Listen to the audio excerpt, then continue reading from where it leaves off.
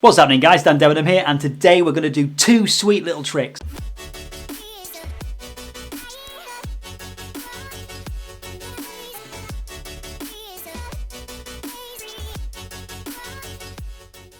Two tricks that you can use in Premiere Pro that will save your life when you think you're going out of your mind trying to figure out how you're going to work it. Let's get into Premiere Pro and let's do these two little tricks right now. This is so quick and so easy. Let's get to it. Right, now that we're into Premiere Pro, we've got our clip in the timeline. What we're going to do is we're going to play our clip through. This is a clip from a boat. It's in Italy. It's a little bit choppy. It's a great clip. I just want to use it, but it's a little bit too fast and it's also a little bit too choppy. So first things first, what I can do is I can go up to speed and duration, and we'll just lower the speed of it by a touch. So we'll go to 80%, just make it that little bit longer. So it's fine that now we're happy with the speed, but what I also want to do is stick a warp stabilizer on there. So we'll go to effect, we'll click on warp, drag our warp stabilizer onto our clip, and we're greeted with this wonderful error box, this warning box, which tells us we can't use warp stabilizer on a speed clip and they can't be used in the same place. So we undo that and we just click on the triangle and clear all the warnings, because we know we can't do that at the moment. So what we can do is we can leave warp stabilizer selected. We can click on the select clip, right click on it, or control click from a Mac. Click nest. We'll type a name in for this, so we're going to call this warp 1. Click OK. It's going to go green. It's now green, so it's now a nested clip. And then what we can do is we can then drag our warp stabilizer on there. You're no longer greeted with that warning box, because it's stabilizing the nested part of the clip, not the clip itself. But invariably you're going to end up with a warped stabilized clip, and it allows you to do both things without having to try and mess around in any other way, sort of going back out and reshooting or whatever. And that is basically going to save you a load of time. It's going to save you a load of hassle. You've got a clip that you can use. It's got needs a slight bit of work to it. You can do that. That is a way of making that work. You can do it the other way around as well. So you can add a warp stabilizer on it, come back in, nest it, and then add speed to it. You can do the same with time remapping as well. So if you want to set a particular time for it to speed up and speed down, it doesn't necessarily have to be a straight speed swap. You can do it straight through time remapping as well, and that will save your life in this instance. Okay, so tip number 2, and that is to do with sound. So what we're going to do is we would normally we would put a keyframe in. So we go up to our effects control panel, which is up here. We'd look for levels and we'd start banging in keyframes at where we want to put them, or we would click the pen tool and then we would just start putting keyframes in at the points where we need the keyframes to be.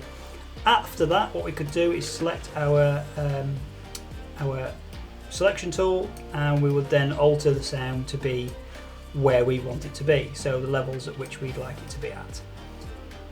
So what we've got now is we've got sound that is it is lower in one place than it is in the other, but it is quite jagged. It's basically a straight fade down to a different level.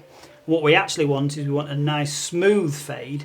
So how do we do that in Premiere Pro? Well, what we can do is we can get over these little dots. So this is where your keyframe is. So you can see it's changed into a white arrow with a little dot below it. Hold down the command key, which changes it into an open-ended arrow.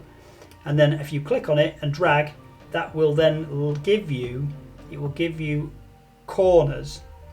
So you get the handles for your keyframe.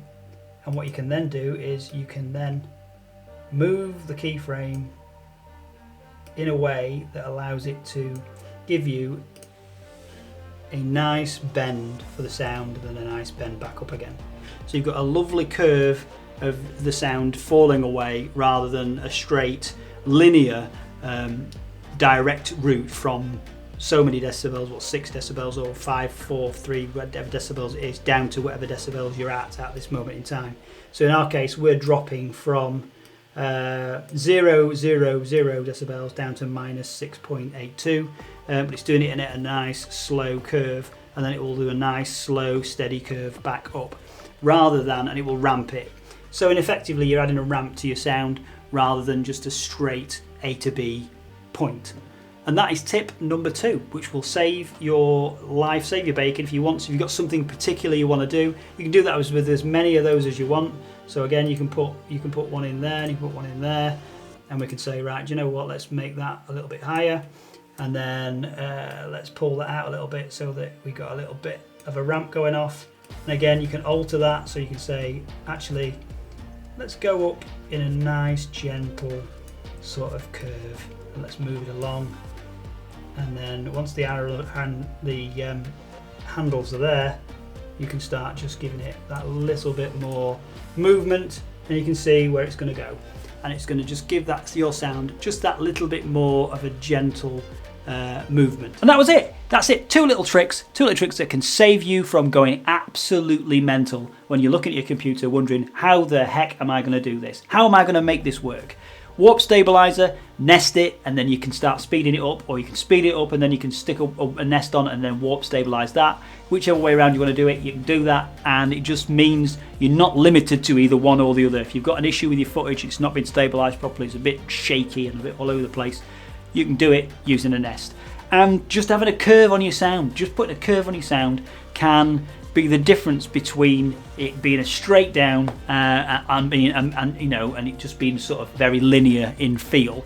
You can have it like curving, and you can make it very, very smooth and very, very, very sort of subtle, rather than it being a straight point to point. They're the 2 tips, very simple. Hope you enjoyed it. That's it for this video. I hope you did like it. Do like and subscribe below. I'm always looking for more subscribers, as everybody on YouTube is, and I will see you guys next time. Peace!